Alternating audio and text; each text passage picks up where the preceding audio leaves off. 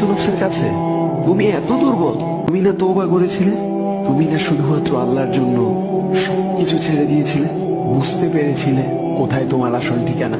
ভুলে গেছো? আবার কোন পাপ তোমায় গ্রাস করে নিল? তুমি তো সেই যে নিজের পাপের প্রতি অনুতপ্ত হয়ে সিজদায় পড়ে অঝরে কেঁদেছিলে। তাহলে আবার কেন দুনিয়ার ধোকায় পড়ে গেলে?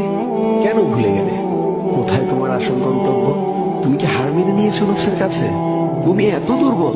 ভুলে গেছো তুমি কার বান্দা? কে তোমার রব? তোমার রব তো সর্বশক্তিমান।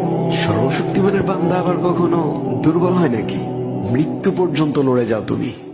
শয়তানকে দেখিয়ে দাও তোমার ইমানের পাওয়ার।